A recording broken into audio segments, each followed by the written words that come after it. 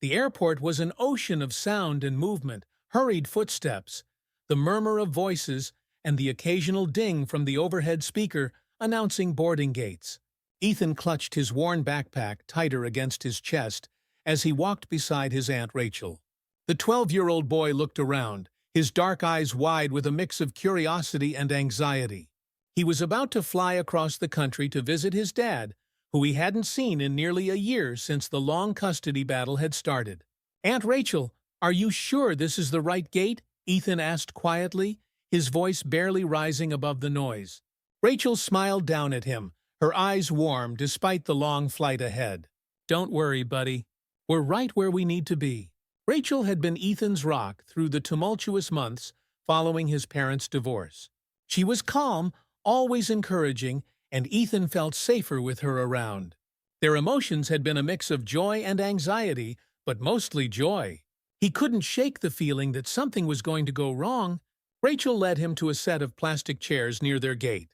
The airport buzzed around them, passengers of all kinds rushing past, dressed in business suits, fashionable jackets, or comfortable travel clothes.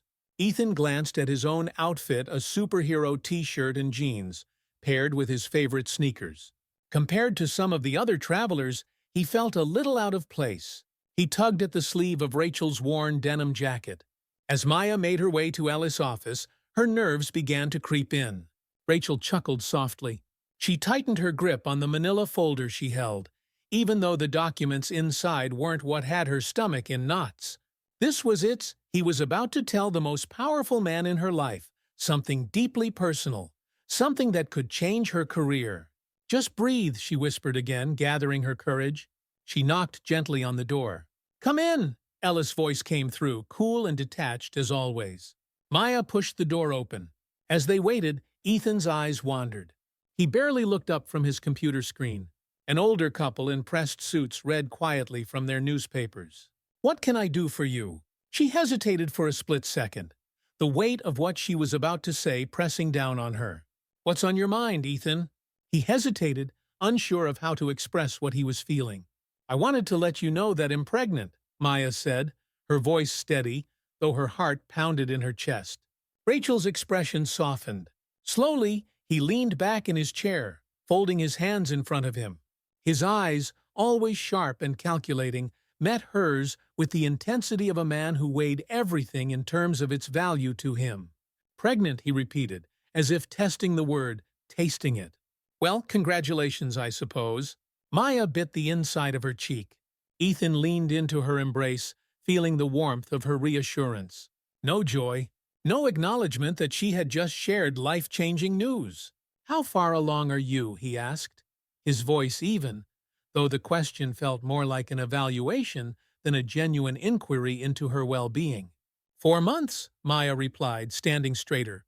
Ethan's heart thumped harder in his chest. Alice's lips pressed into a thin line as he tapped his fingers lightly on the desk.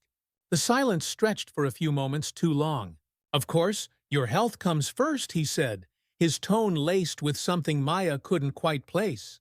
"But you know, it can be difficult for women to juggle a pregnancy and a demanding career. These next few months are crucial for the company, and we need everyone performing at their best." Maya's heart sank. There it was, the thinly veiled insinuation that her pregnancy was a problem. That she, despite everything she had done, was now seen as a liability. "I'm more than capable of handling my workload," Maya said, keeping her voice even. "I haven't let anything slip so far, and I don't plan to." Eli smiled faintly, but it didn't reach his eyes. "Of course, but these things can change. Priorities shift. It's hard to focus on work when you're, well, expecting." The word stung. Maya could feel the undercurrent of doubt in everything he said. She wasn't surprised, but it didn't make the moment any less painful. "I understand your concerns," Maya replied, carefully choosing her words. "But I assure you, my commitment to this job hasn't changed." Eli stared at her for a long moment, then nodded slowly. "All right, Maya. We'll see how things go.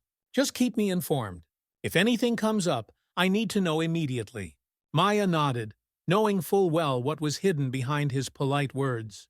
She turned and left the office, her stomach churning, but her resolve stronger than ever.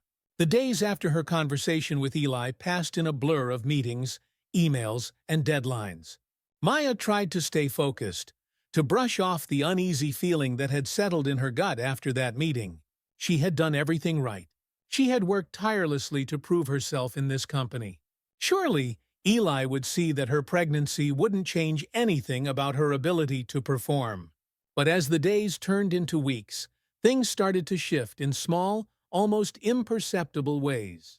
It began with a few emails. Normally, Maya would be looped in on key decisions, but lately, she noticed that her inbox was emptier than usual. At first, she thought it was just a coincidence. Maybe things were slower, or maybe her colleagues were taking more initiative. But then she noticed that tasks she would usually delegate to junior staff were suddenly being dropped on her desk. Menial tasks filing, data entry, things far beneath her level of responsibility. She could feel her frustration mounting, but she didn't want to make a fuss. Not yet. She didn't have proof that anything had changed. She was just 4 months pregnant. Maybe this was temporary. Maybe she was reading too much into it. Then came the projects. Maya had always been the go-to person for leading high-stakes projects. But now, those responsibilities were slowly being handed over to Rachel Stewart, a junior assistant who had only been with the company for 6 months. Rachel was young, ambitious, and white, and suddenly she was Ellis' new favorite. It was subtle at first. Maya noticed Rachel's name popping up on more meeting agendas, her involvement in projects that Maya had previously spearheaded. When she tried to bring it up with Eli, he brushed it off with a smile. "I just thought Rachel could use the experience," he'd said smoothly. "She's got potential, don't you think?" Maya clenched her jaw. She knew what this was. She had seen it before, women like her being edged out, bit by bit, until they had no choice but to leave. But Maya wasn't going to let that happen. Not without a fight. The office was buzzing with energy on the day of the big presentation. Maya had spent weeks preparing for it, working late nights to ensure everything was perfect. She had led the project from the beginning, and today was supposed to be the culmination of all her hard work. But as she walked into the conference room, she felt a strange sense of unease. Eli was already there, standing at the front of the room with Rachel by his side. Rachel was holding the presentation notes, a nervous smile on her face. "Good morning, everyone," Eli began, his voice carrying over the room. "Today, Rachel will be leading the presentation. She's been working closely on this project, and I'm confident she'll do a great job." Maya's heart dropped. She stood frozen in the doorway, her mind racing. This was her project. She had put in the work, the hours, the sweat, and now, without warning, it had been taken from her. Rachel glanced at Maya, her eyes wide with surprise. She hadn't expected this either. Maya clenched her fists, fighting the urge to storm out of the room. She had been blindsided, but she wouldn't give Eli the satisfaction of seeing her falter. She took a deep breath and found a seat at the back of the room, her body tense with anger. As the presentation went on, Maya's mind drifted. She replayed every conversation with Eli, every subtle remark, every time he had diminished her role in the company. This wasn't just about the pregnancy. This was about power. Eli was trying to push her out, but he was doing it in such a calculated, underhanded way that it would be impossible to prove. Or so he thought. After the meeting, Maya went back to her desk, her thoughts a whirlwind of frustration and determination. She couldn't let this go on. She couldn't just sit back and watch as Eli systematically removed her from her own career. She needed to fight back, but she couldn't do it without proof. She opened her personal email and began typing a detailed account of everything that had happened over the past few weeks: the emails, the project reassignments, the casual insults. As she typed, her hands shook with fury, but her mind was clear. This was her only way to fight back. Maya had always been a planner, and now she had a plan. She would document every slight, every reduction in responsibility, every veiled insult. She would gather the evidence she needed to show the world what Eli Grayson really was. The next morning, as she walked into the office, Maya heard voices coming from the conference room. The door was slightly ajar, and she recognized Ellis' voice, along with that of Mark, one of the senior executives. "She's a liability now," Eli was saying, his tone dripping with contempt. "I should have known better than to put her in that position. We'll have to find someone else anyway. It's just a matter of time." Maya's breath caught in her throat. She pressed herself against the wall, her heart pounding in her chest. They were talking about her. They were planning to replace her. "We can't afford to have someone like that dragging us down," Mark agreed. "It's going to be a nightmare when she can't keep up." Eli laughed softly. "Yeah, probably. It was a mistake from the start." Maya's body tensed with rage. She wanted to burst into the room and confront them, to throw every insult they had made back in their faces. But she could not yet. Instead, she pulled out her phone, hit record, and captured every word. The morning after Maya had recorded Eli and Mark's conversation, she sat at her desk staring blankly at her computer screen. Her mind raced, replaying every word of their exchange. A liability, a mistake, dragging us down. She had known things were going wrong, but hearing it so clearly, so viciously, was a different kind of pain. These were people she had worked alongside, people she had tried to earn respect from. And yet behind her back they mocked her. They saw her not as a capable professional, but as someone expendable. As the days went by, Maya's sense of isolation at work deepened. Eli continued to subtly remove her from key projects, shifting more responsibilities onto Rachel and other team members. Meetings where she once held a critical role now took place without her. When she inquired, the responses were always vague. "Oh, we just thought Rachel could handle this one," Eli would say, his smile cold. "You need to focus on what's important, Maya." It was as if he was pushing her out inch by inch, making her feel irrelevant. And the worst part, he was doing it so smoothly that on the surface, nothing seemed wrong.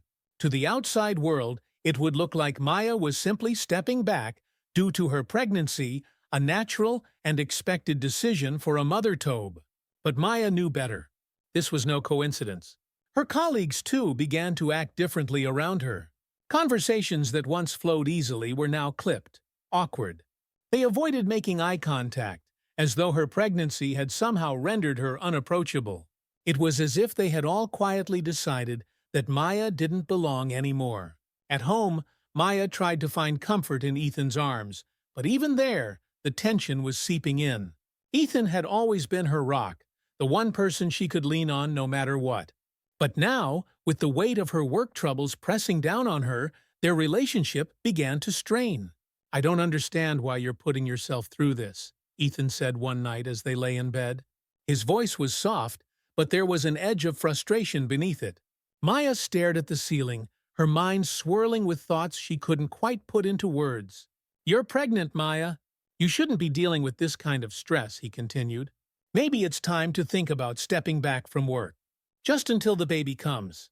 "I can't do that," Maya whispered, her voice tight. "You don't understand. If I leave now, they win. They're trying to push me out, and if I walk away, I'm giving them exactly what they want." Ethan sighed, rolling over to Ethan's side, rolling over to face her. "I get that you don't want them to win, but at what cost, Maya? Your health? The baby's health." His tone softened, but the frustration in his eyes was unmistakable. "I just want what's best for you. For us?" Maya closed her eyes, feeling the familiar tightness in her chest. She knew Ethan meant well, but he didn't understand. To him, walking away seemed like the logical, safe choice. But to her, walking away felt like surrender, like allowing Ellis manipulation to steal everything she had worked so hard for. "I'm fine," she said, though her voice wavered. "I can handle it." But even as she said the words, she could feel the weight of the lie. The stress was eating away at her. Between the constant microaggressions at work, the isolation, and the fear of losing everything, Maya's resolve was starting to crack. The walls were closing in, and the one place that should have been her sanctuary, her home, was now tinged with tension. A few weeks later, the office was abuzz with excitement over a major company initiative. This was a project Maya had been part of from the beginning, long before her pregnancy announcement. She had contributed significantly to its development, and it was finally time to roll it out to the public. Maya had been looking forward to this, hoping it would remind everyone, especially Ellie, of her value. As the meeting to finalize the launch details began, Maya walked into the conference room, ready to present her segment. But as soon as she sat down, she noticed something was wrong. Eli wasn't even looking at her. He was fixated on Rachel, who sat at the head of the table, nervously shuffling her notes. "Before we start," Eli said, standing up, "I want to announce that Rachel will be taking over the lead on this project." Maya froze. Her heart sank, and for a moment she couldn't breathe. What she whispered, though the room was already buzzing with quiet murmurs. "I think it's time we give Rachel more responsibility," Eli continued smoothly, as if this decision had been in the works for weeks. "She's been working closely on this, and am confident she can handle it from here." Maya stared at him, unable to mask the shock and hurt in her expression. This was her project. She had put in countless hours to ensure its success. She had led the team, made the critical decisions, and now she was being replaced.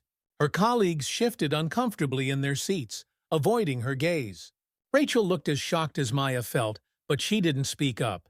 Instead, she offered a small, apologetic smile that only made the betrayal sting more. Maya felt the blood drain from her face. She wanted to say something, to demand an explanation, but her throat was tight with rage. She clenched her fists under the table, her mind spinning with the weight of the injustice. As the meeting continued, Maya's thoughts blurred. She couldn't focus on anything Eli or Rachel said. All she could think about was how she had been systematically erased, piece by piece, until she was left with nothing. Eli had outmaneuvered her, and now it was clear that he intended to push her completely out of the company. After the meeting, Maya couldn't hold it in any longer. She stormed out of the conference room and made her way to her office, her mind racing with anger and hurt. She slammed the door shut behind her, her hands shaking as she tried to catch her breath. This was it. This was the moment where everything became crystal clear. Eli wasn't just undermining her, he was actively trying to destroy her career. And she wasn't going to stand by and let him. Determined to fight back, Maya contacted Linda Whitman, the Human Resources Director. Linda had always been professional, but Maya hoped she would show some empathy in this situation. After all, HR was supposed to be there to protect employees, right? When Linda finally agreed to meet with her, Maya walked into the HR office, holding on to the hope that this meeting would change something, that somehow Linda would intervene, or at least listen. "Thanks for meeting with me," Maya began, trying to stay calm. "I wanted to talk about the changes that have been happening since I announced my pregnancy." Linda leaned back in her chair, her expression neutral. "I'm aware of the situation, Maya. What exactly are you hoping to resolve here?" Maya blinked, taken aback by the coldness in Linda's tone. "I've been systematically removed from my projects. My responsibilities have been reassigned without explanation, and—" "Maya," Linda interrupted, her voice quiet but firm.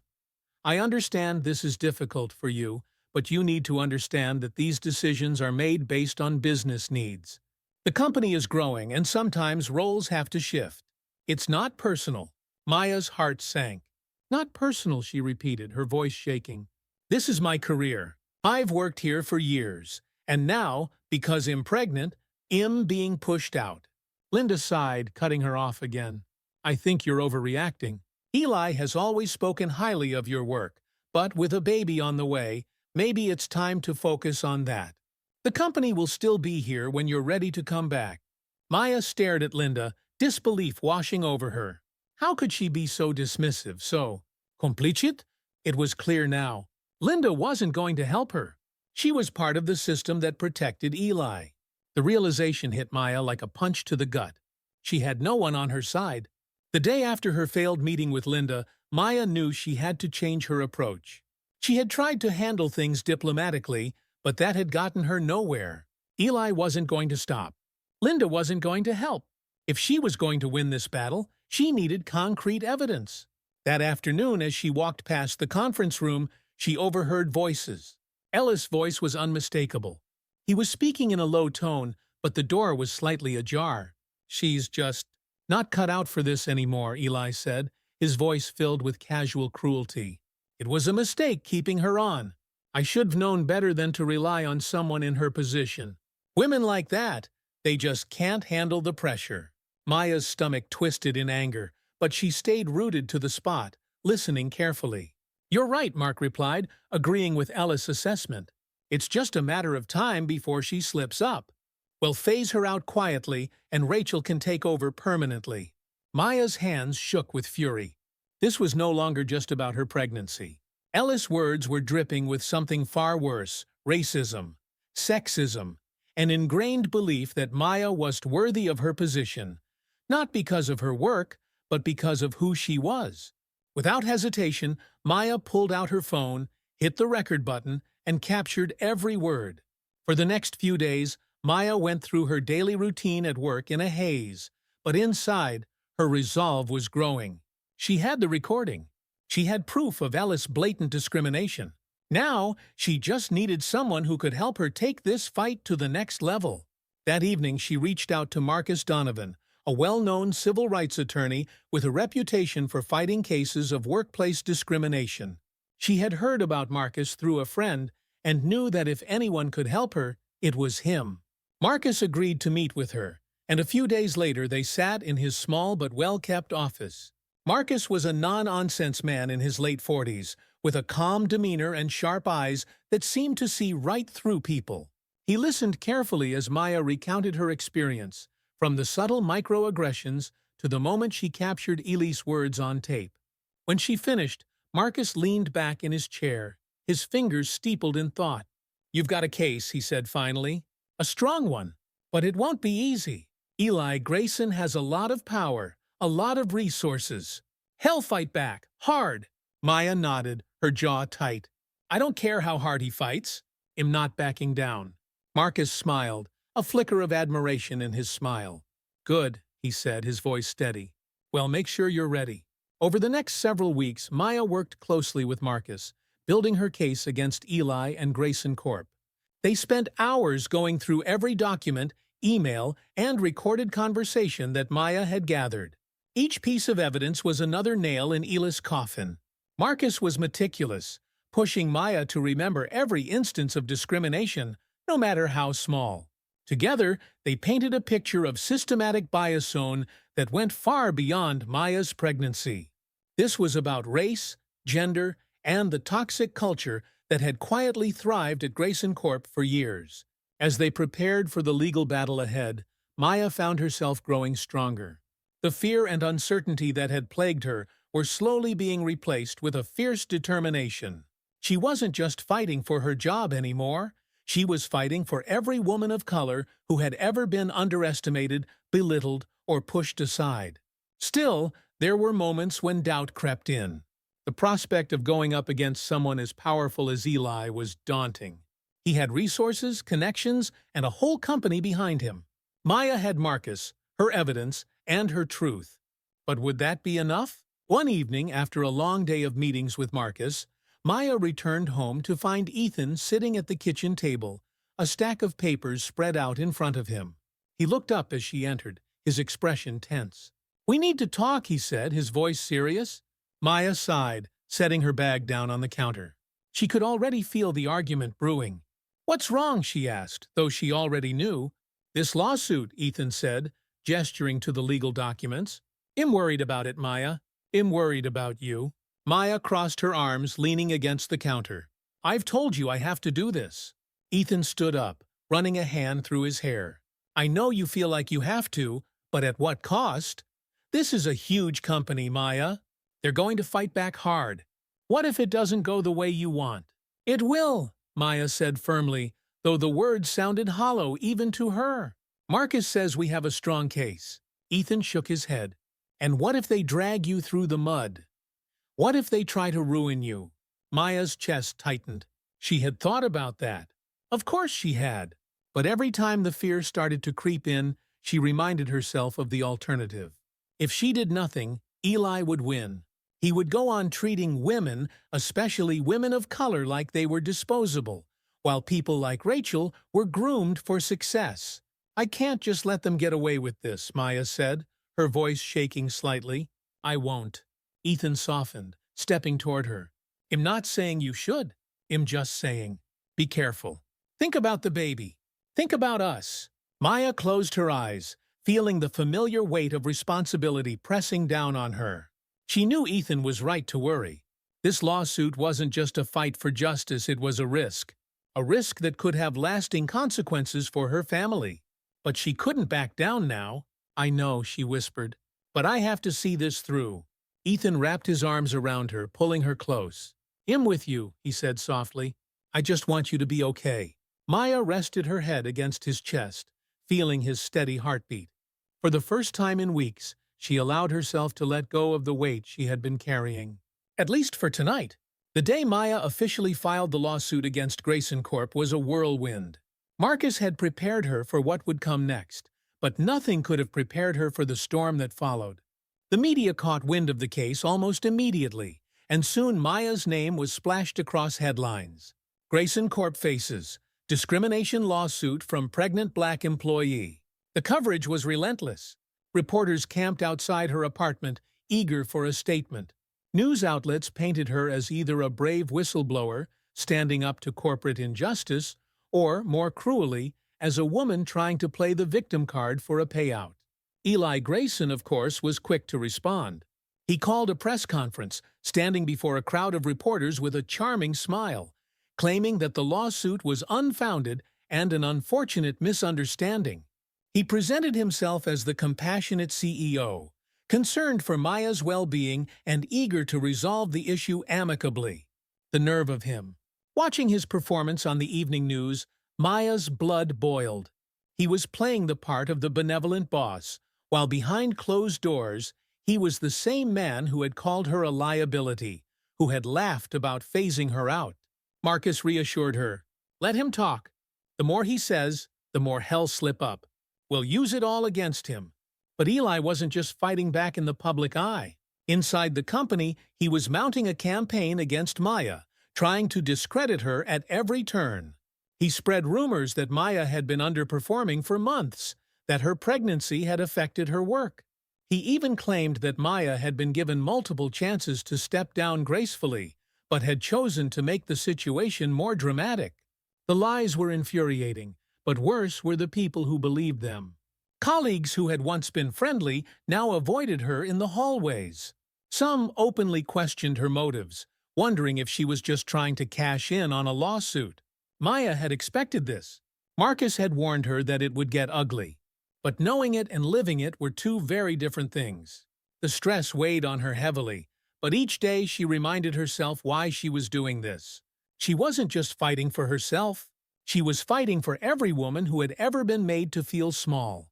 For every black woman who had been treated as if her presence was a burden rather than a strength.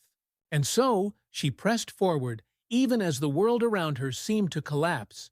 A week after the lawsuit was filed, Maya received an unexpected message Eli wanted to meet. Marcus had warned her that this might happen, that Eli would try to settle out of court to avoid the damaging trial that loomed ahead. Against her better judgment, Maya agreed. She needed to see what Eli was offering, and more importantly, she wanted to look him in the eye and see if he still believed he could win. The meeting was set for a private, upscale restaurant in the city. When Maya arrived, Eli was already seated at a secluded corner table, his demeanor as cool and calculated as ever. He stood as she approached, offering her a smile that didn't reach his eyes. "Maya," he said, his voice smooth, "I'm glad you agreed to meet." She sat down, folding her hands in her lap. "Let's just get to the point, Eli. What do you want?" Ella's smile faltered, but only slightly. "I think we both know this lawsuit is getting out of hand. It's not good for either of us, for the company, or for you.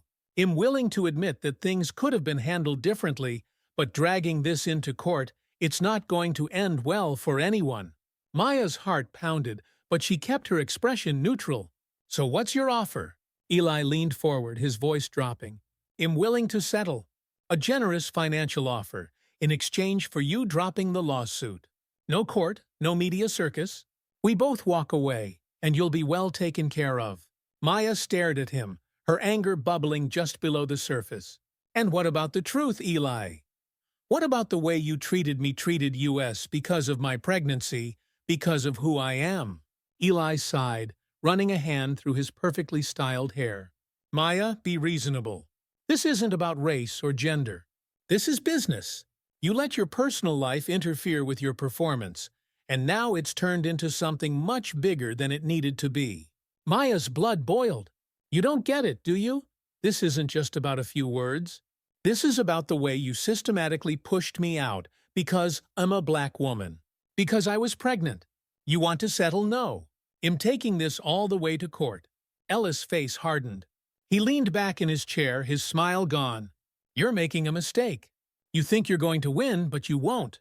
And when you lose, you'll regret not taking this offer. Maya stood up, her heart pounding in her chest. We'll see about that.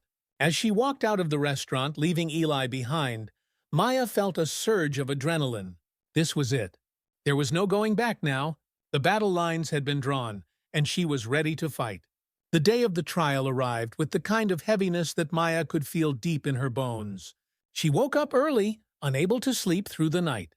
The weight of everything, the lawsuit, the media attention, the way her life had spiraled into this relentless battle, pressed down on her as she got dressed in a tailored navy suit, one that made her feel professional and strong. Today, more than ever, she needed to feel strong. Ethan kissed her gently on the forehead before she left, whispering words of encouragement that she clung to. His support had been unwavering, even when Maya's resolve had faltered. He had been there through the worst of it, and now they were here on the brink of something that could change their lives forever. The courthouse was packed when Maya and Marcus arrived.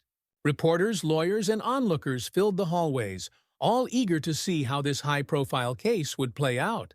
The media had latched onto her story with a kind of fervor that both empowered and unnerved Maya. While some painted her as a brave woman standing up to corporate injustice, others, mostly in the tabloids, portrayed her as a troublemaker looking for a payout. The pressure was immense, but Maya had no choice but to push it aside. They entered the courtroom, and Maya's heart pounded as she saw Eli seated at the defendant's table with his team of high-priced lawyers. He wore the same cool, detached expression he always had, but there was a flicker of something new in his eyes, uncertainty perhaps. As the judge called the court to order, Maya took her seat next to Marcus, her hands gripping the armrests to steady herself. She glanced over at Ethan, who sat just behind her, giving her a reassuring nod. She nodded back, feeling a spark of courage rekindle in her chest. The trial began with opening statements, and Marcus wasted no time in laying out the core of their case. Your Honor, this is not just a case of workplace discrimination, Marcus began, his voice calm and deliberate. This is a case about systematic abuse of power. My client, Maya Evans, was not only discriminated against because of her pregnancy, but because of her race and gender. The evidence will show that Grayson Corp. And its CEO, Eli Grayson, intentionally pushed Ms. Evans out of her position, reducing her responsibilities, undermining her work, and ultimately trying to erase her from the company. Ellis lawyers fired back, attempting to paint Maya as a disgruntled employee whose performance had slipped after her pregnancy announcement. They claimed that any shifts in responsibility were based on business needs and had nothing to do with discrimination. But Maya knew the truth, and soon the courtroom would too. The first few days of testimony were grueling. Ellis lawyers were relentless in their cross-examinations, trying to poke holes in Maya's story, trying to make it seem as though she had exaggerated or misunderstood the situation. But Marcus was always one step ahead, calmly presenting piece after piece of evidence that painted a clear picture of what had happened. Then came the pivotal moment when the recording Maya had made of Elise's conversation with Mark was played for the courtroom. The words echoed in the silent room, Ellis' voice dripping with disdain and cruelty. She's a liability now. It was a mistake to keep her on. Women like that, they just can't handle the pressure. Maya's stomach turned as the recording played, but she kept her face neutral.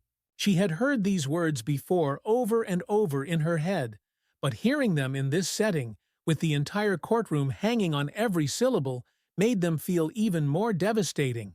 When the recording ended, there was a palpable tension in the room. The weight of Ellis' words hung in the air, undeniable and ugly. Marcus leaned in toward Maya, whispering, "This is it.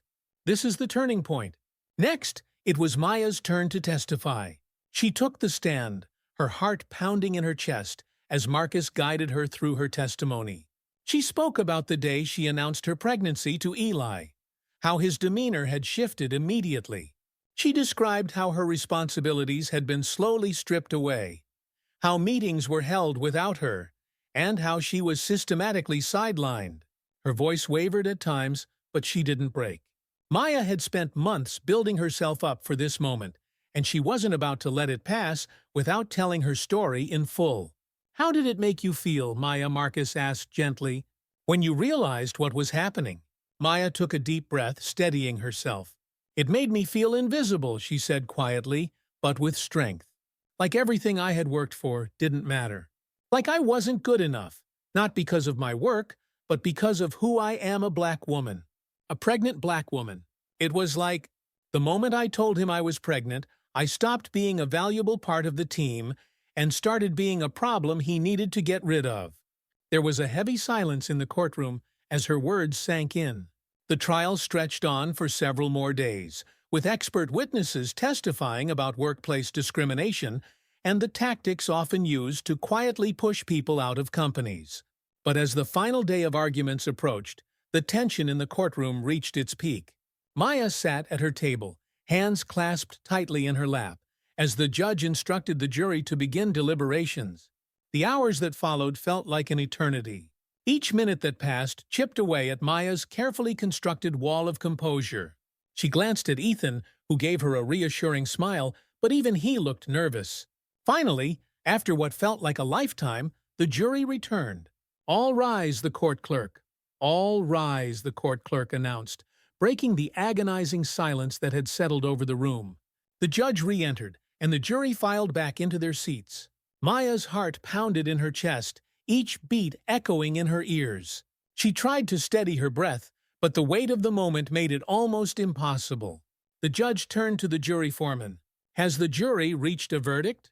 The foreman, a middle-aged man with a serious expression, stood and unfolded a small slip of paper. He cleared his throat, the sound harsh in the stillness of the room. "We have, Your Honor," he said, his voice carrying the weight of finality. Maya glanced at Marcus, who gave her a subtle nod. This was it, the moment everything hinged on. Months of stress, anxiety, humiliation, and fighting had led to this single moment. Whether justice would be served was now entirely in the hands of the 12 jury members. Maya's breath caught in her throat as she waited for the foreman to continue. "We, the jury, find in favor of the plaintiff, Maya Evans." The words hit Maya like a wave. For a moment, she couldn't process what she had just heard. Her heart seemed to stop, and the air in the courtroom grew thick and still. Then slowly it sank in: she had won. The judge continued speaking, outlining the financial damages awarded to Maya, far more than Eli Grayson had ever offered during their settlement discussions. But Maya could hardly focus on the numbers. All she could think was, "I won. I really won." Beside her, Marcus smiled, leaning in to whisper, "You did it." Justice was served. Maya let out a shaky breath, tears welling in her eyes. She glanced back at Ethan, who was beaming with pride. He mouthed the words, "I knew you could do it." And Maya smiled, feeling the weight she had carried for so long begin to lift from her shoulders. Meanwhile, at the defendant's table, Eli Grayson sat stone-faced, his once calm and confident demeanor shattered. His lawyers shuffled papers, already preparing for appeals, but the damage had been done. Ellis' reputation, the polished image he had carefully crafted over the years, had been publicly destroyed. The courtroom buzzed with whispers and murmurs as people processed the outcome. Reporters who had been following the trial rushed to the exits to file their stories. Maya could already imagine the headlines: "Grayson Corp. CEO loses discrimination case," "Pregnant Black Woman Wins, Landmark Victory." As the judge adjourned the court and the crowd began to disperse, Maya stood, her legs unsteady but her spirit soaring. She had done it. She had stood up against one of the most powerful men in the industry and won. And she hadn't just won for herself, she had won for every woman, every person of color who had been overlooked, undermined, and mistreated in the workplace. Ethan wrapped his arms around her the moment she stepped into the gallery, pulling her into a tight embrace. "I'm so proud of you, Maya," he whispered into her ear, his voice thick with emotion. "You never gave up." Maya nodded, holding onto him tightly. "We did it," she whispered back. "We fought, and we won." The aftermath of the case was a whirlwind. The media coverage was intense, with news outlets praising Maya's courage and her victory over corporate injustice. Her story resonated with many, especially women of color who had experienced similar discrimination but hadn't had the resources or support to fight back. Grayson Corp's stock plummeted in the wake of the scandal, and within weeks, Eli was forced to resign as CEO. His fall from grace was swift and brutal, exactly the kind of accountability Maya had hoped for when she decided to take him to court. But the victory wasn't without its challenges. Maya's name was now known nationwide, and the attention wasn't always positive. There were online trolls who accused her of playing the race card or trying to cash in on her pregnancy.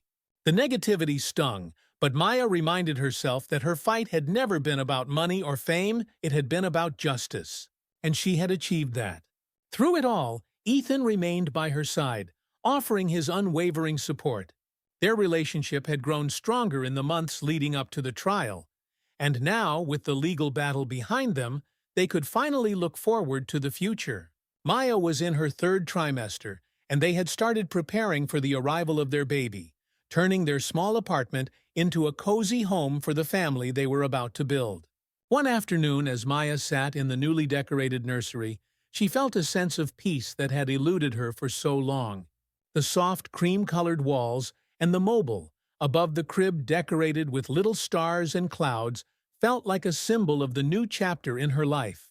She had fought her battle, and now it was time to focus on what truly mattered: her family. As she ran her hand over her growing belly, she thought back to everything she had endured over the past year. The doubt, the fear, the humiliation, it had all been worth it. Not just because she had won, but because she had stood up for herself and for others. She had refused to be silenced, refused to let Eli Grayson strip her of her dignity. The future felt bright, and for the first time in a long while, Maya allowed herself to truly believe that everything would be okay. A few weeks after the trial, Maya stood on the porch of their apartment, watching the sun set over the city skyline. Ethan came out to join her, wrapping his arms around her from behind and resting his hands on her belly. "It's so peaceful here," he said softly. "Feels like a different world compared to a few months ago." Maya smiled, leaning into him. "It really does. Everything feels lighter." Ethan kissed the top of her head. "You fought like hell to get here. You deserve every bit of peace and happiness that comes your way."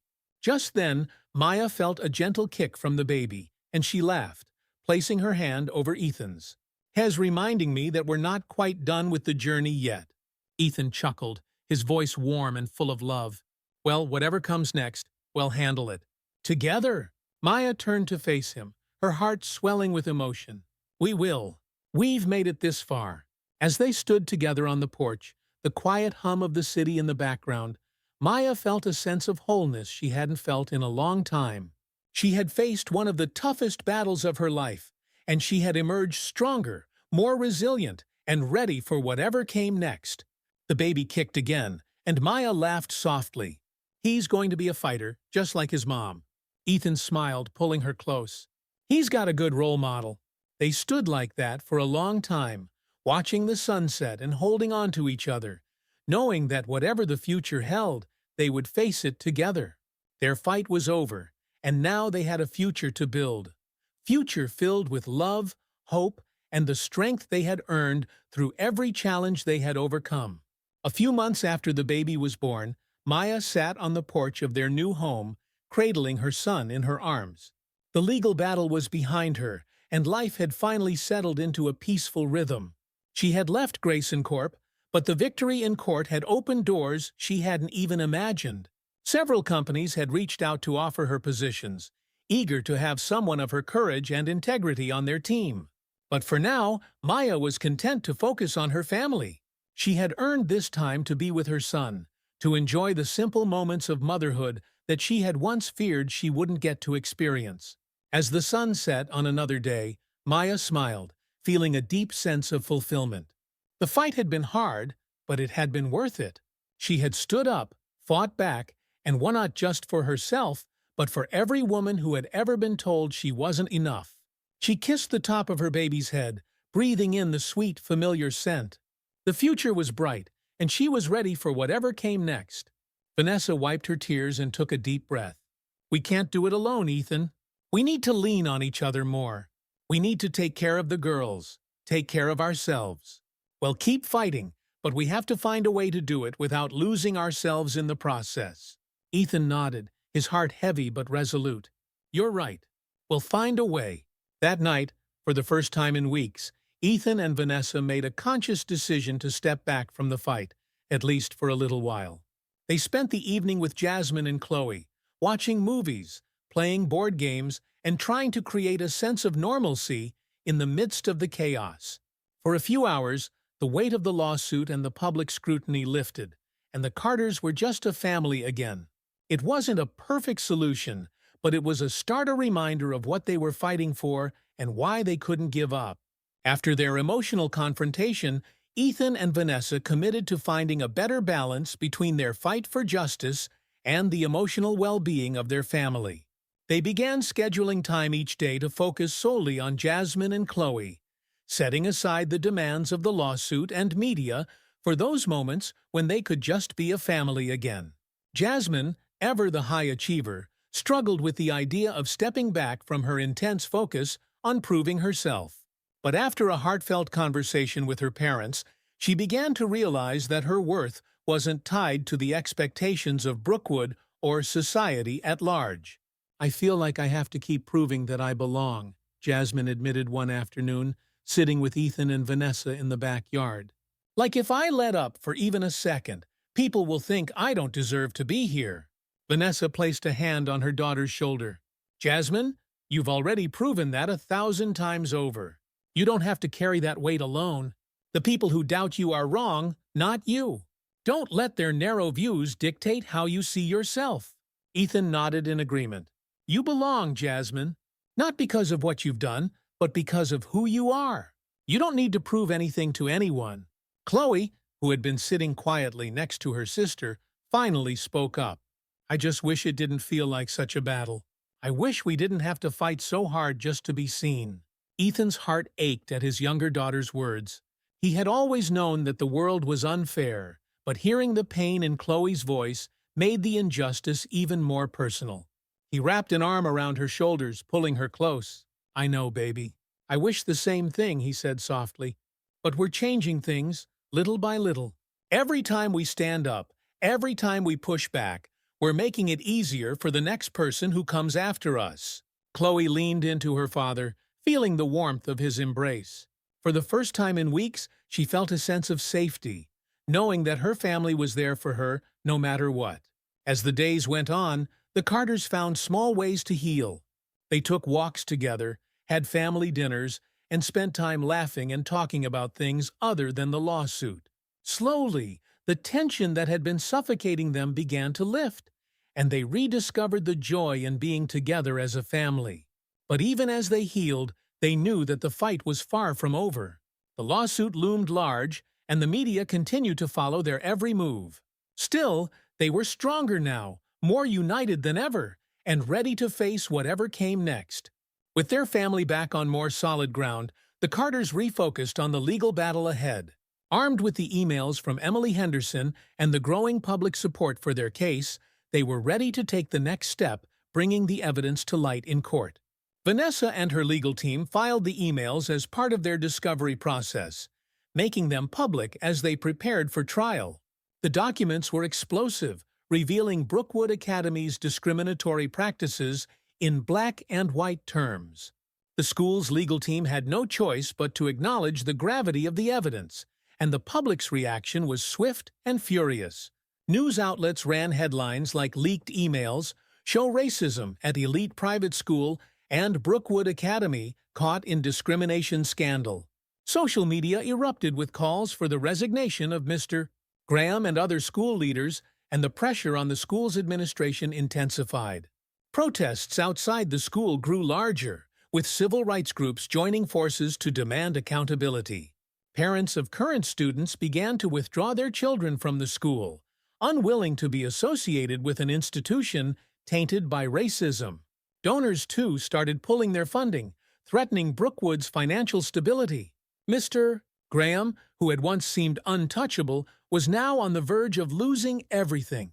Inside the school, teachers and staff were growing increasingly uneasy, and whispers of a potential leadership change were circulating. The school board, divided for weeks, was now leaning toward taking drastic action to save the school's reputation. At a pivotal board meeting, Emily Henderson made her case once again. "We can't continue to ignore this," she said, her voice firm but measured. "The evidence is clear. We need to admit fault, settle the lawsuit, and start making real changes. If we don't, Brookwood won't survive." The other board members, who had been reluctant to take such a step, finally seemed to understand the gravity of the situation. Even Dr. Harold Brown, who had staunchly defended the school's traditional values, remained silent, his resistance worn down by the undeniable truth. As the board voted to settle the lawsuit and initiate a complete overhaul of the school's admissions policies, the tide had officially turned. Brookwood Academy would never be the same again. In the weeks following the board's decision to settle the lawsuit, Brookwood Academy underwent a dramatic transformation. The first and most significant change came with the resignation of Mr. Graham, who was quietly removed from his position as headmaster. Publicly, the school framed it as a retirement, but everyone knew the truth: he had been forced out in disgrace. The board appointed Professor Emily Henderson as interim headmistress, a clear sign that the school was serious about reform. Her first act was to hold a series of town hall meetings with parents, students, and faculty to discuss the changes that were coming. She made it clear that Brookwood was committed to rebuilding its reputation by creating a more inclusive and equitable environment. Jasmine and Chloe, who had been following the developments closely, were invited back to Brookwood as part of the settlement. But it wasn't just about getting them back into the school, it was about making sure the changes were real and lasting.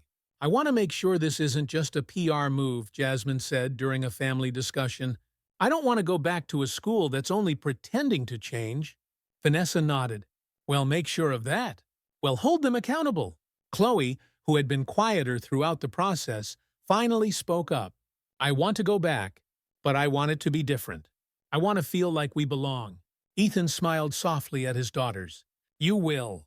You've earned your place, and you'll help shape the future of that school." As Brookwood implemented new policies, revising its admissions criteria, creating diversity and inclusion programs, and recruiting students from a wider range of backgrounds, Jasmine and Chloe became part of a new chapter in the school's history. They returned to Brookwood not just as students, but as symbols of change. The internal struggle within the school wasn't over, though. There were still those who resisted the changes, parents and alumni who clung to the old ways. But the tide had shifted, and Brookwood was on a path to becoming a more inclusive institution.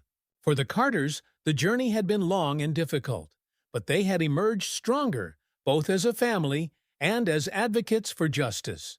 They had fought not just for their daughters, but for every student who had ever been denied a seat at the table. As the court date approached, the anticipation weighed heavily on the Carter family. The lawsuit had garnered national attention, and the pressure was immense. The trial wasn't just about Jasmine and Chloe anymore, had become a defining moment in the fight for racial justice in education. Vanessa, who had been working tirelessly with their legal team, was ready for battle. She had rehearsed every point, every argument, and had poured herself into preparing for the trial. It wasn't just personal for her as a mother, as a lawyer. This case was her chance to set a legal precedent that would affect schools across the country. The courtroom was packed on the first day of the trial. Journalists, activists, and legal experts filled the gallery, while outside, protesters gathered, holding signs that read, "Equality for all and end racial discrimination in schools." It was clear that the outcome of this case would have far-reaching consequences. Jasmine and Chloe sat quietly beside their parents, their faces tense but determined. They had both insisted on being present, knowing that this fight was as much theirs as it was their parents'. They were nervous, but they were ready. The trial began with opening statements from both sides. Thomas Aldridge, Brookwood Academy's lead attorney, spoke first. His tone was polished and measured as he outlined the school's defense, carefully avoiding any direct mention of race. Instead, he framed the case around the school's right to maintain its standards and values, using vague language to distance the administration from any accusations of bias. "This case is not about discrimination," Aldridge said, his voice steady as he addressed the jury. "This case is about the right of a private institution to make decisions based on a holistic evaluation of each student. Brookwood Academy has, for decades, prided itself on creating a balanced and inclusive environment. The plaintiff's accusations are based on misinterpretation and personal grievance, not fact." Vanessa sat quietly, her face unreadable. She had expected Brookwood's legal team to sidestep the real issue and cloak their discrimination in the guise of academic standards. When it was her turn to speak, Vanessa rose, her presence commanding. She addressed the court with the same intensity she had brought to every legal battle of her career. But this time, there was something deeper, a mother's fierce resolve to protect her children. "This case," Vanessa began, her voice clear and strong, "is not about academic standards or maintaining school values. It's about race. It's about exclusion. It's about a system that has long operated under the guise of neutrality while quietly upholding practices designed to keep people like my daughters out.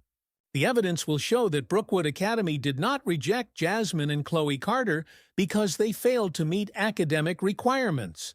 They were rejected because they did not fit into the school's narrow definition of who belongs." Vanessa's words hung in the air as the courtroom fell silent, the weight of her accusations sinking in. Over the next several days, the trial unfolded with testimony from both sides. The Carters' legal team presented the leaked emails from Emily Henderson, which clearly revealed the discriminatory conversations between Brookwood's headmaster and the admissions committee. The emails showed how phrases like cultural fit and maintaining our identity were used to justify the exclusion of students of color. Emily Henderson herself took the stand, testifying about the discussions she had witnessed during her time on the board. Her testimony was a turning point in the trial. She described in detail how Mr. Graham had led the effort to push out Jasmine and Chloe, fearing backlash from wealthy conservative donors.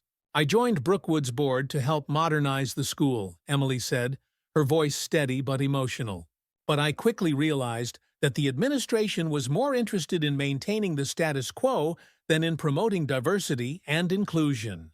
When Jasmine and Chloe Carter were admitted, there were immediate concerns about how their presence would fit with the school's existing community. These concerns had nothing to do with their academic qualifications and everything to do with their race. Aldridge tried to discredit Emily's testimony, suggesting that she was biased because of her progressive views, but it was clear that her words had struck a chord. The jury listened intently, and the mood in the courtroom shifted. After weeks of testimony, cross-examinations, and arguments from both sides, the trial reached its final day. The tension in the courtroom was palpable as the jury prepared to deliver their verdict. The Carters sat together, their hands intertwined, bracing for whatever was to come. The jury foreman stood and addressed the court. "In the case of Carter versus Brookwood Academy, we, the jury, find in favor of the plaintiffs." There was a collective gasp in the courtroom as the words sank in. The Carters had won. Tears filled Vanessa's eyes as she squeezed Ethan's hand. Jasmine and Chloe, who had remained stoic throughout the trial, finally let out the breath they had been holding. It was over. They had won. The jury found that Brookwood Academy had indeed engaged in discriminatory practices and had violated Jasmine and Chloe's right to an equal education. The school was ordered to pay damages to the Carters, but more importantly, they were required to make immediate changes to their admissions policies, ensuring that no student would ever again be rejected based on race. The media erupted with the news.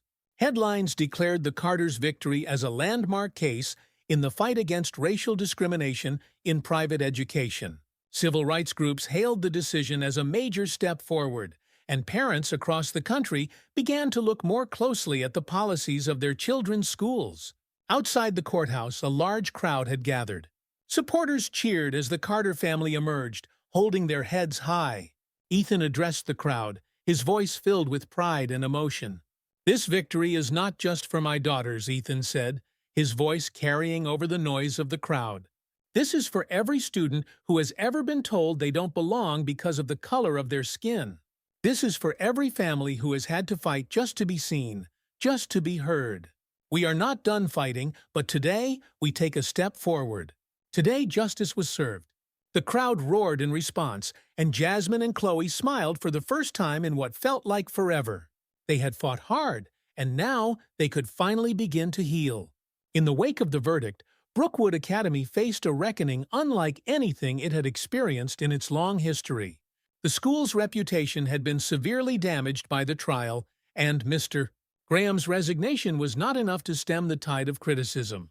Under the leadership of Emily Henderson, who had been appointed as the new headmistress following the verdict, Brookwood began to make the changes mandated by the court. Emily wasted no time in overhauling the admissions process, removing the vague cultural fit criteria that had been used to discriminate against students of color. In its place, she implemented new policies designed to ensure transparency and fairness, with a focus on promoting diversity and inclusion. But it wasn't just the admissions process that needed reform. Brookwood's culture had to change as well. Emily worked with faculty and students to create programs that would foster a more inclusive environment, where all students, regardless of race, felt welcome and valued. She introduced workshops on racial bias and privilege, brought in guest speakers from diverse backgrounds, and encouraged open discussions about race and equity. For some members of the Brookwood community, these changes were long overdue. Teachers who had quietly supported the Carters throughout the trial were finally able to speak out, sharing their own experiences of witnessing discrimination at the school. Parents who had been hesitant to get involved in the controversy now voiced their support for the new direction the school was taking. But not everyone was on board. A vocal minority of parents and alumni resisted the changes, claiming that Brookwood was abandoning its traditions in favor of political correctness. Some families withdrew their children from the school, and a few of the school's wealthiest donors cut off their financial support in protest. Despite these challenges, Emily remained steadfast. She knew that real change would take time, but she was determined to lead Brookwood into a new era where every student, regardless of background, had an equal opportunity to succeed. As for Mr. Graham, his departure from Brookwood was swift and quiet. He had once been a powerful figure in the world of elite education, but the trial had tarnished his reputation beyond repair. He retired from public life, leaving behind a legacy of exclusion and prejudice that Brookwood was now working to undo. The day finally came when Jasmine and Chloe would return to Brookwood Academy. It was a day they had both anticipated and dreaded in equal measure. The school was different now. There were new faces, new policies, and a new atmosphere of openness, but it was still the same place where they had been rejected, where they had felt like outsiders. As they walked through the gates hand in hand, Jasmine and Chloe were met with curious glances from their peers. Some students smiled, offering tentative waves of welcome. Others, the ones who had always seen them as outsiders, looked away, unwilling to acknowledge the change that had come to Brookwood. But Jasmine and Chloe didn't let the stares or the whispers deter them. They walked into the building with their heads held high, knowing that they had earned their place here, not just because of their academic achievements, but because of the fight they had won. The first few weeks were challenging. Jasmine, always driven, threw herself back into her studies, determined to succeed on her own terms. Chloe, still more reserved, found solace in her art classes, where she could express the emotions she had been carrying for so long. Both girls had moments of doubt, moments where they wondered if they would ever truly feel at home at Brookwood. But slowly, as the school adjusted to its new reality, they began to find their footing. Teachers, many of whom had quietly supported the Carters throughout their ordeal, went out of their way to make sure Jasmine and Chloe felt included. Fellow students who had once been distant now reached out, inviting them to study groups and extracurricular activities. Bit by bit, the school began to feel less like a battleground and more like a place where they could thrive. One afternoon, as Jasmine and Chloe were leaving school, they stopped by the newly created Diversity and Inclusion Office, which had been established as part of the school's reforms. Inside, they saw a group of younger students, Black, Latino, Asian, gathered around a table, discussing ideas for a new student-led initiative to promote equity at Brookwood. Jasmine smiled as she watched them. She turned to Chloe, her voice filled with quiet pride. "This is why we fought. So they wouldn't have to." Chloe nodded, her eyes softening. "Yeah, we did it." As they walked out of the building, the sun setting behind them, the weight of the past year finally began to lift. They had faced unimaginable challenges, but they had emerged stronger, not just for themselves, but for the students who would come after them. Months after the trial, Ethan sat in his office, reflecting on the journey his family had been through. The fight had been long and grueling, but they had won. And while the victory in court had been important, it was the deeper, more personal victories that meant the most to him. He thought about Jasmine and Chloe, how they had grown into strong, resilient young women over the course of the battle. He thought about Vanessa, who had fought alongside him every step of the way, balancing her roles as lawyer, mother, and advocate with grace and determination. He thought about the moments when it had seemed like they might lose everything, but somehow they had found the strength to keep going. As a senator, Ethan had always believed in the power of the law to bring about change.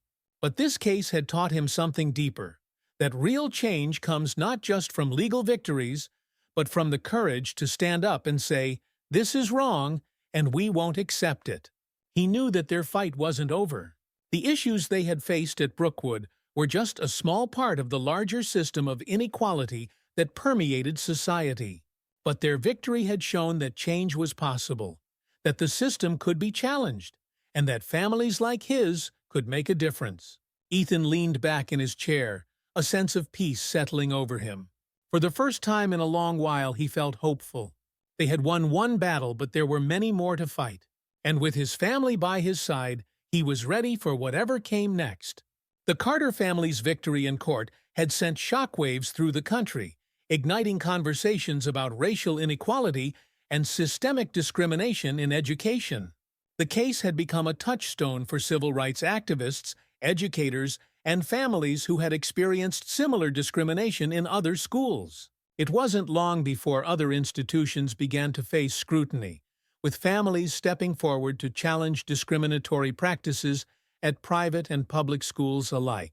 The Carter case had not only reshaped Brookwood Academy, but it had also sparked a movement. Across social media, hashtags like Justice for All Students and Equal Education for All trended for weeks, with thousands of people sharing their stories of exclusion and discrimination. Civil rights organizations used the momentum to push for new policies that would address racial disparities in schools nationwide. Ethan, who had always been a vocal advocate for equal rights, was now thrust into the national spotlight. As a senator, his platform had expanded, and he used it to champion legislative reform aimed at dismantling systemic barriers in education. He proposed a bill that would mandate stricter oversight of private school admissions processes, ensuring transparency and preventing discrimination based on race, socioeconomic status, or other factors. "This is just the beginning," Ethan said during a televised interview, his voice resolute. "We've taken a step forward, but we have a long way to go. Every child deserves an equal opportunity to succeed, no matter where they come from or what they look like. We won't stop fighting until that's a reality." The bill gained traction in Congress, with bipartisan support from lawmakers who recognized the importance of addressing inequality in education. Ethan found himself working closely with civil rights leaders, community organizers, and fellow politicians to build a coalition that would push the bill forward. Meanwhile, Vanessa was also making an impact. As a high-profile lawyer with expertise in discrimination cases, she became a sought-after speaker at conferences and legal forums where she discussed the implications of the Carter case and the need for ongoing legal reform. She received invitations to speak at law schools where students were eager to learn from her experience and insight. "I've always believed that the law is a tool for justice," Vanessa said during one such event. "But it's only as powerful as the people who wield it. We have to keep pushing, keep fighting, and keep using the law to hold institutions accountable." The Carter case wasn't just a win for my family, it was a win for every family that has ever faced discrimination. For Jasmine and Chloe, the ripple effect of their case was deeply personal. They began receiving messages from students all over the country, many of whom shared their own experiences of feeling like outsiders in predominantly white institutions. Jasmine, in particular, felt a responsibility to respond to these messages, offering words of encouragement and solidarity. One day, Jasmine received a letter from a young girl in Texas who had been rejected from a prestigious private school under similar circumstances. The girl wrote about how she had been told she didn't fit the culture of the school, despite her academic qualifications. She had felt defeated, but after reading about the Carter case, she decided to fight back.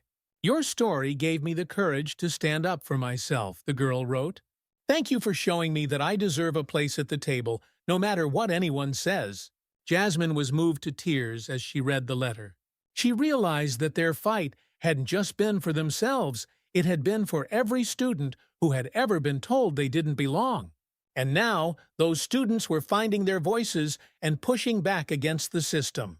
At Brookwood Academy, the changes initiated by Emily Henderson continued to transform the school. With new policies in place, the admissions process became more transparent, and the focus shifted toward building a truly inclusive community.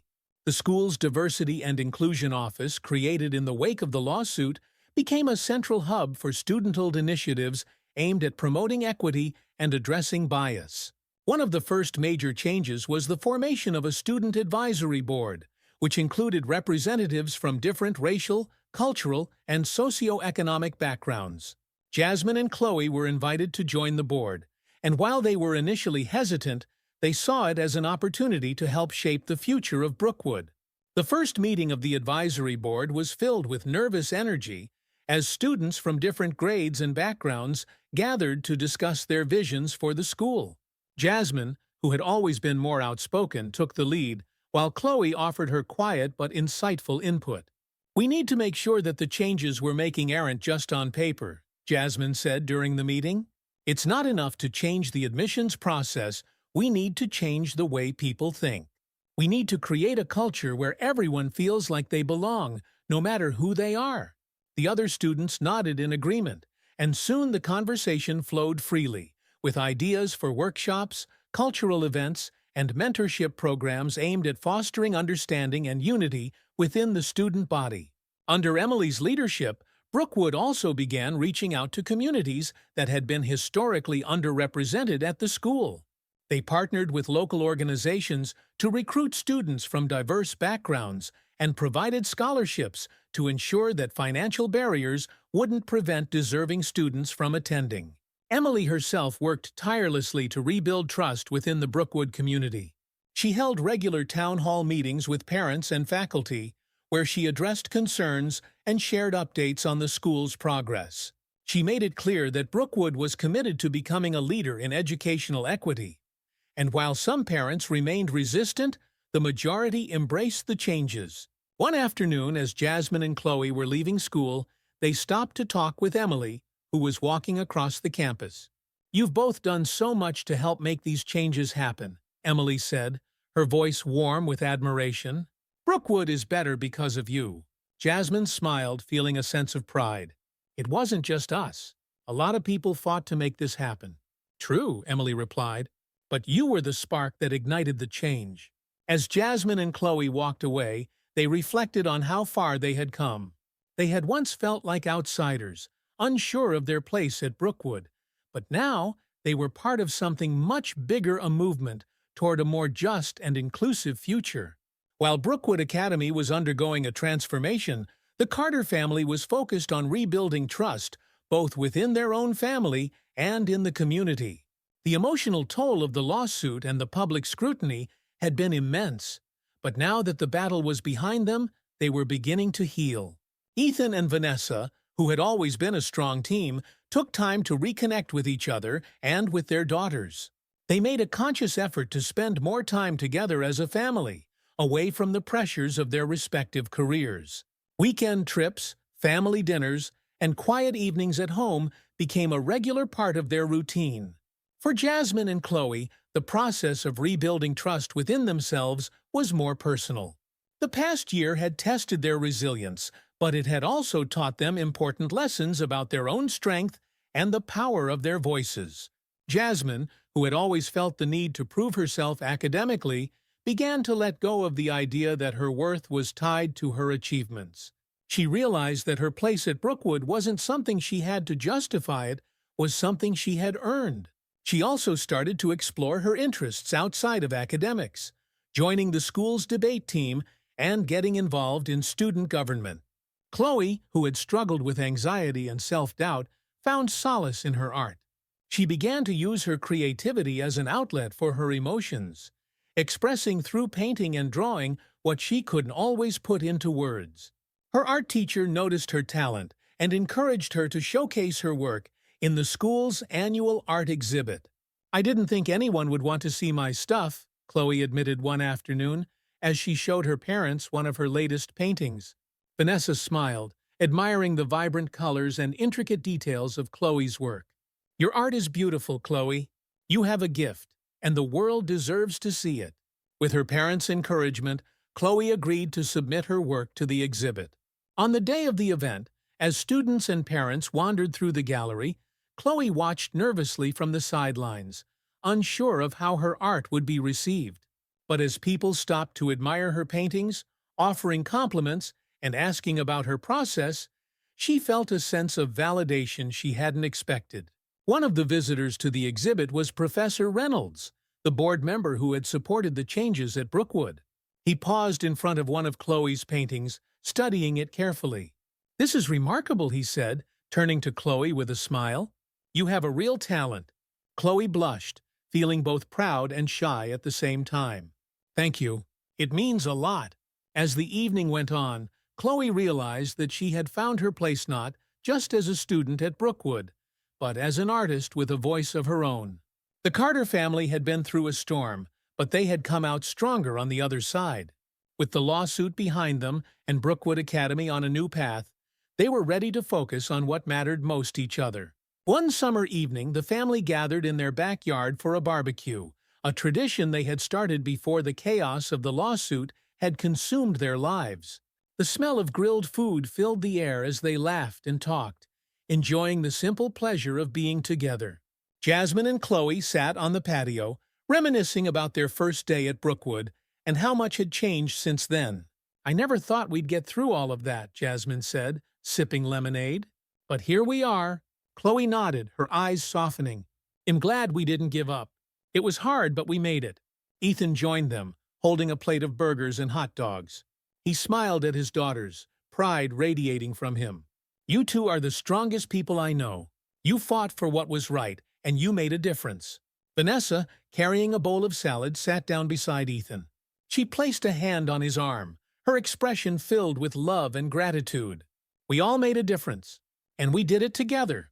As the sun set, casting a warm glow over the backyard, the Carters sat around the table eating and laughing.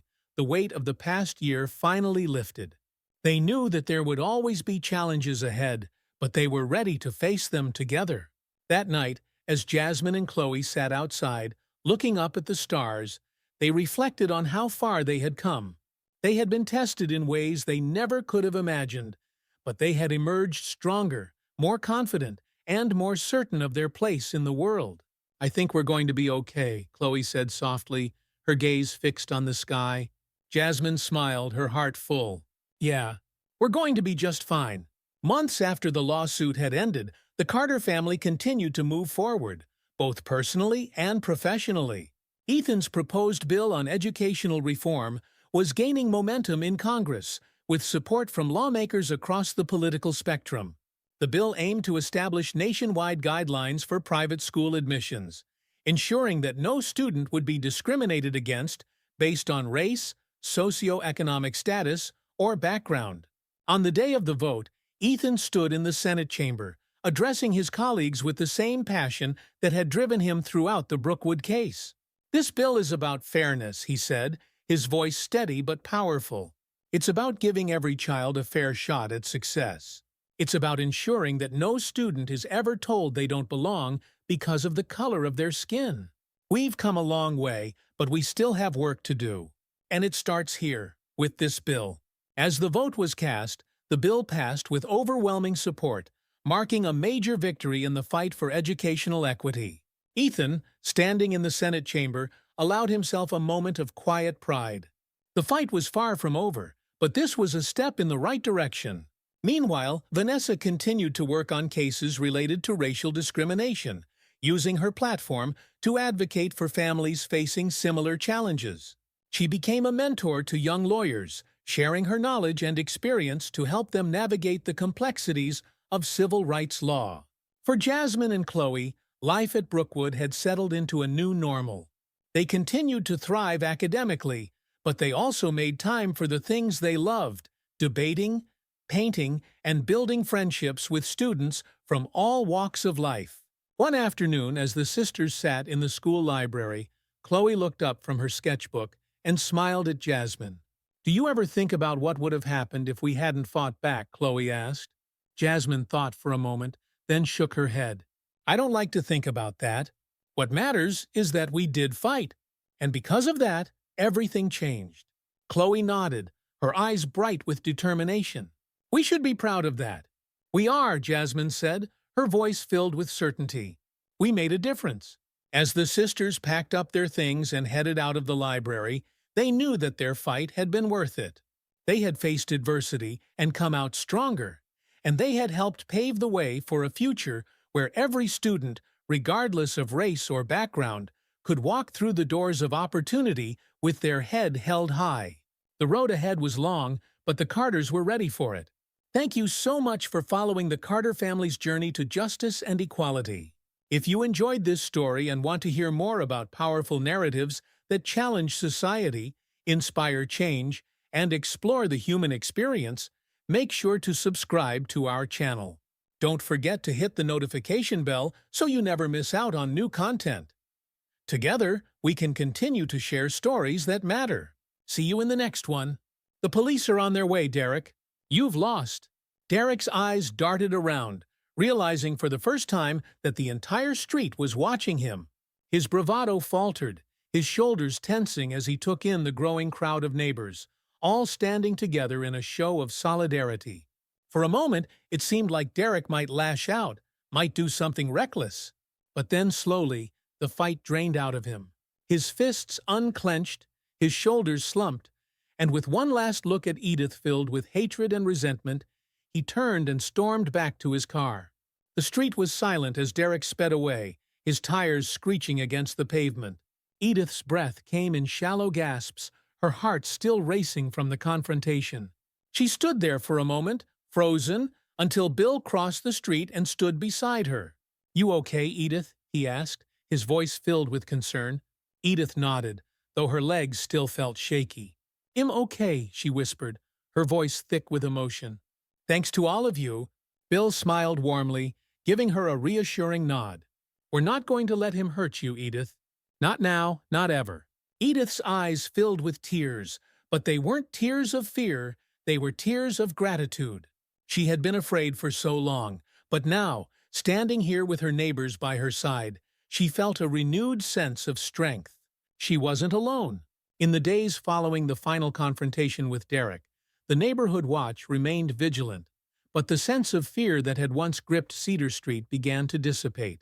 Derek hadn't returned, and Edith had received word from the police that he was being closely monitored.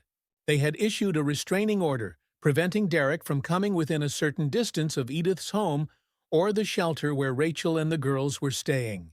It wasn't a perfect solution, but it was enough to give Edith peace of mind for now. Rachel called regularly, checking in to see how Edith was doing and updating her on their progress. The shelter had helped her find legal representation, and she was working towards securing full custody of the girls and filing for divorce from Derek. It was a long, difficult road, but Rachel was determined to keep moving forward. "The girls are adjusting," Rachel said during one phone call, her voice sounding stronger, more confident. "They're starting to sleep better, and we're getting used to our new routine. It's still hard sometimes, but I feel like we're finally free." Edith smiled, her heart swelling with pride for Rachel. She had come so far, and though there were still challenges ahead, Edith knew that Rachel had the strength to face them. "I'm so proud of you," Edith said softly. "You're doing such a good job, Rachel. You and the girls are going to be just fine." Rachel hesitated for a moment, then her voice softened. "We couldn't have done it without you, Edith. You saved us. I'll never be able to thank you enough for everything you've done." Tears welled in Edith's eyes, and she wiped them away with a smile. "You're family now, Rachel, and family takes care of each other." As Edith hung up the phone, a sense of calm settled over her. She had faced her fears, stood up to Derek, and helped Rachel and the girls escape a dangerous situation. It hadn't been easy, but it had been worth it. Her home, once a place of quiet solitude, had become a symbol of strength and resilience. And her neighbors' sons, strangers, had become a community, united by a shared sense of purpose. Life on Cedar Street would never be the same again, but that was okay. Because now it is filled with hope, connection, and the promise of a better future. Edith smiled as she stepped out into her garden, the late afternoon sun casting a warm glow over the roses. She knelt down, her hands gently tending to the flowers, feeling the cool earth beneath her fingertips. There was still work to be done, but now she knew she wasn't doing it alone. In the weeks that followed Derek's final confrontation, a new sense of peace settled over Cedar Street. The neighborhood watch remained vigilant, but the need for constant worry had lessened as Derek's presence faded from their lives. He hadn't returned, and the restraining order kept him at a safe distance from Edith's home and from the shelter where Rachel and the girls were living. Edith found herself breathing easier with each passing day, the weight of fear slowly lifting from her shoulders. One crisp autumn morning, as Edith was pruning her roses, she heard the familiar ring of her phone from inside the house. She wiped her hands on her gardening apron and hurried to answer it, her heart lifting when she saw Rachel's name on the caller ID. "Rachel, it's so good to hear from you," Edith said, a smile spreading across her face as she held the phone to her ear. "Hi, Edith," Rachel replied, her voice filled with warmth. "I hope I'm not interrupting anything." "Not at all, dear. Just tending to the garden. How are you and the girls doing?" Rachel let out a small sigh, though it was one of relief rather than stress. "We're doing really well, actually. The girls are starting to settle in at school, and they're making new friends. We've been staying at the shelter for a while now, but I've been working with a caseworker. And, well, we found a place. It's a small apartment, but it's ours." Edith's heart swelled with joy at the news. "Rachel, that's wonderful. I'm so happy for you. I couldn't have done it without your help, Edith. Really, I mean it. You were there for me when I didn't know what to do. I'll never be able to thank you enough." "You've already thanked me more than enough, Rachel," Edith said gently. "I'm just glad you and the girls are safe and moving forward." "We are," Rachel agreed, her voice steady. "We still have some hard days, but we're starting to rebuild. I'm learning how to live without looking over my shoulder all the time. The girls, they've been through so much, but I think they're going to be okay." Edith felt a tear slip down her cheek, and she wiped it away with a smile. "You're an incredible mother, Rachel. You've given them the chance to have a better life, and that's the most important thing." "Thank you," Rachel whispered, her voice filled with emotion. "I wanted to ask, would you like to come visit us when we're settled into the apartment? The girls miss you, and I'd love for you to see our new place." "I'd love that," Edith replied without hesitation. "I can't wait to see how far you've come." After they said their goodbyes, Edith stood in the quiet of her kitchen, a deep sense of pride and peace settling over her. She had been part of something important, helping Rachel and her daughters escape a dangerous situation and start a new life. Knowing that they were safe and thriving gave Edith a sense of fulfillment she hadn't felt in a long time. But Edith also knew that healing wasn't just for Rachel and the girls. She, too, had been deeply affected by everything that had happened. For so long, Edith had lived in a world of solitude, wrapped in the memories of her past life with Richard. But now she realized that she had the power to create new connections, to make a difference in the lives of others. Her small, quiet world had expanded in ways she never could have predicted. A few weeks later, Edith stood in front of the door to Rachel's new apartment, her heart racing with anticipation. She held a basket filled with homemade cookies and a small potted plant, a housewarming gift for Rachel and the girls. As she knocked on the door, she couldn't help but feel a sense of excitement and pride. Rachel had taken such brave steps toward building a new life for herself and her daughters, and Edith was eager to see the progress they had made. The door opened, and there stood Rachel, her face lighting up with a wide smile. "Edith, you made it." "Of course I did," Edith replied warmly, stepping inside and hugging Rachel. "I wouldn't miss this for the world." The apartment was small but cozy, filled with the warmth and light that Edith had come to associate with Rachel. The walls were adorned with colorful artwork, some drawn by Lily and Ivy, and the space felt alive with the energy of a family building something new. Edith smiled as she took it all in, her heart swelling with pride for Rachel's resilience. "Look who's here!" Rachel called out. And moments later, Lily and Ivy came bounding into the room, their faces bright with excitement. "Grandma Edith!" they exclaimed in unison, rushing toward her and wrapping their arms around her. Edith laughed, bending down to hug the girls. "Oh, my dears, it's so good to see you." "We missed you," Ivy said, her voice small but filled with warmth. "Can you stay for dinner?" "I wouldn't dream of leaving before dinner," Edith replied, her heart swelling with affection for the girls. As they settled into the living room, Rachel brought out a pot of tea, and the four of them spent the afternoon catching up, laughing, and sharing stories. The girls proudly showed Edith their artwork, and Rachel talked about how they were adjusting to their new school and making friends.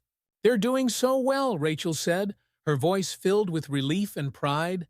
"I wasn't sure how they would handle all the changes, but they've been so strong. I'm so proud of them."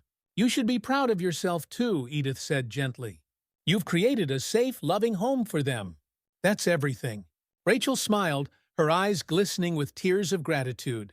"I still can't believe we made it. There were times when I thought we'd never get out, but now we have a chance at a real life." As the afternoon turned into evening, the conversation grew deeper, and Edith and Rachel found themselves reflecting on everything that had happened over the past few months. There had been so much pain, fear, and uncertainty, but now there was also hope. They had made it through the storm, and now they were standing on the other side, ready to rebuild their lives. "I never thought I'd feel free," Rachel admitted quietly, her voice heavy with emotion. "But now I wake up every morning knowing that I'm safe, that my girls are safe. And that's everything." Edith reached out and took Rachel's hand, squeezing it gently. "You deserve this peace, Rachel.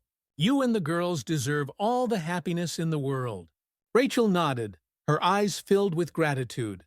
"And you deserve it too, Edith. You've been through so much yourself. You've given us a new start, and I hope you know how much that means to me." Edith smiled, her heart full. "We've given each other a new start."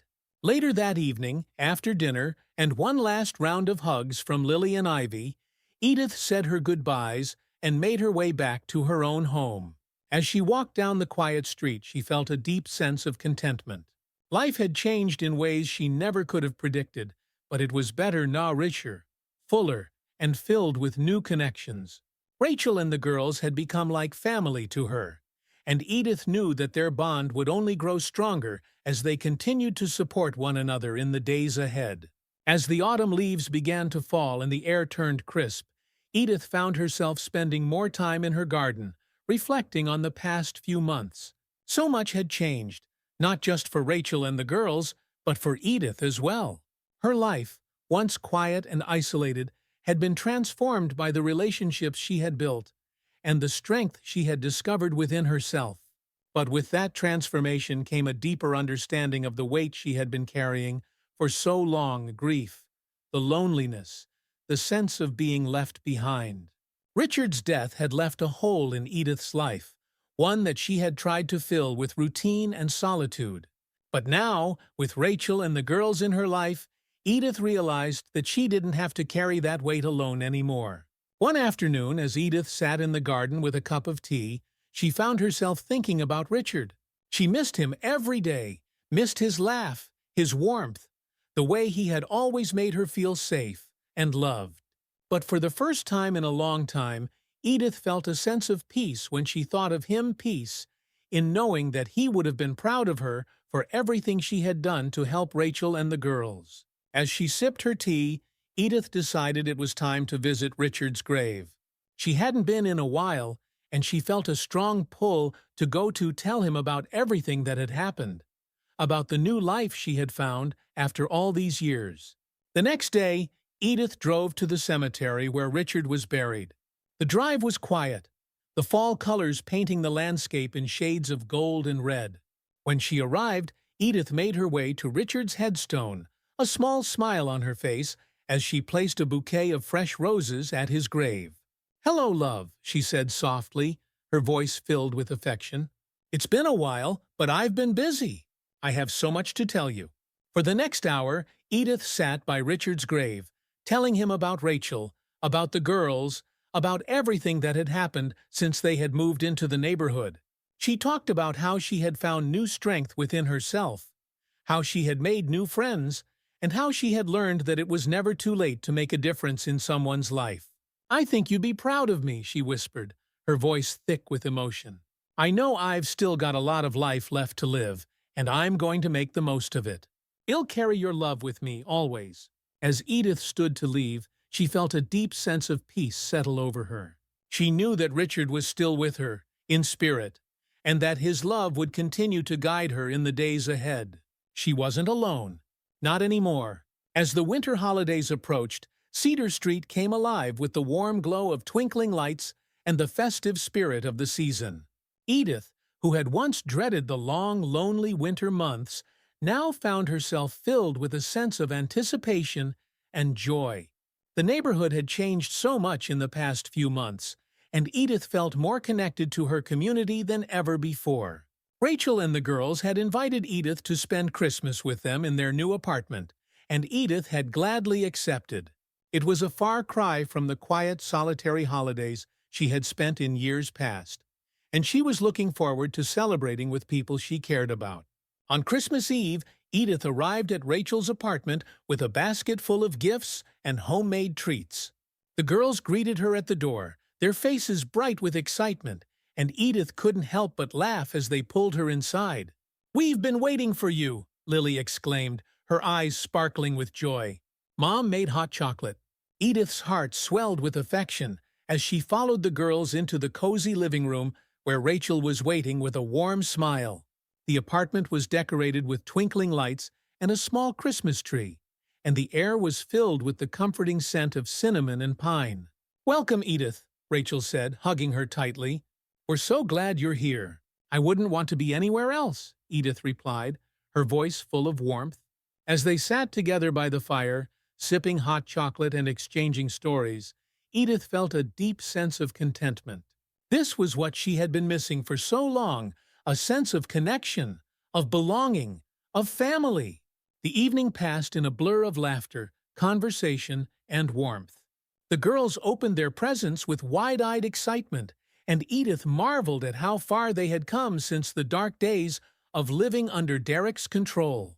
They were happy, healthy, and full of life, and Edith knew that Rachel had done an incredible job of creating a safe, loving home for them. Later that night, after the girls had gone to bed, Rachel and Edith sat together by the fire, reflecting on everything that had happened over the past year. "It feels like a lifetime ago," Rachel said quietly, her eyes focused on the flickering flames. "Sometimes I still can't believe we made it out." "But we did." "You did," Edith corrected gently. "You found the strength to leave, and now you and the girls have a bright future ahead of you." Rachel smiled, her eyes glistening with gratitude. "I couldn't have done it without you, Edith. You were there when I needed someone the most, and I'll never forget that." Edith reached out and took Rachel's hand, squeezing it gently. "We've been there for each other, and we'll keep being there, no matter what comes next." As they sat together in the quiet of the night, Edith felt a deep sense of peace settling over her. The storm was over, and now it was time to move forward to embrace the future with open arms, knowing that they had all found the strength to survive and thrive. And in that moment, Edith knew that everything would be all right. Thank you for following along with Edith's emotional and inspiring journey. If you found this story moving or relatable, make sure to hit that subscribe button so you don't miss out on more powerful stories like this. We'll be bringing you more heartwarming tales of resilience, community, and the strength of the human spirit. And don't forget to click the notification bell so you'll always be the first to know when new content is available. We value your feedback, so if you enjoyed this story, leave a like and share your thoughts in the comments below. Thank you for being part of our storytelling community, and stay tuned for more stories that remind us all that no matter how hard things get, we are never truly alone.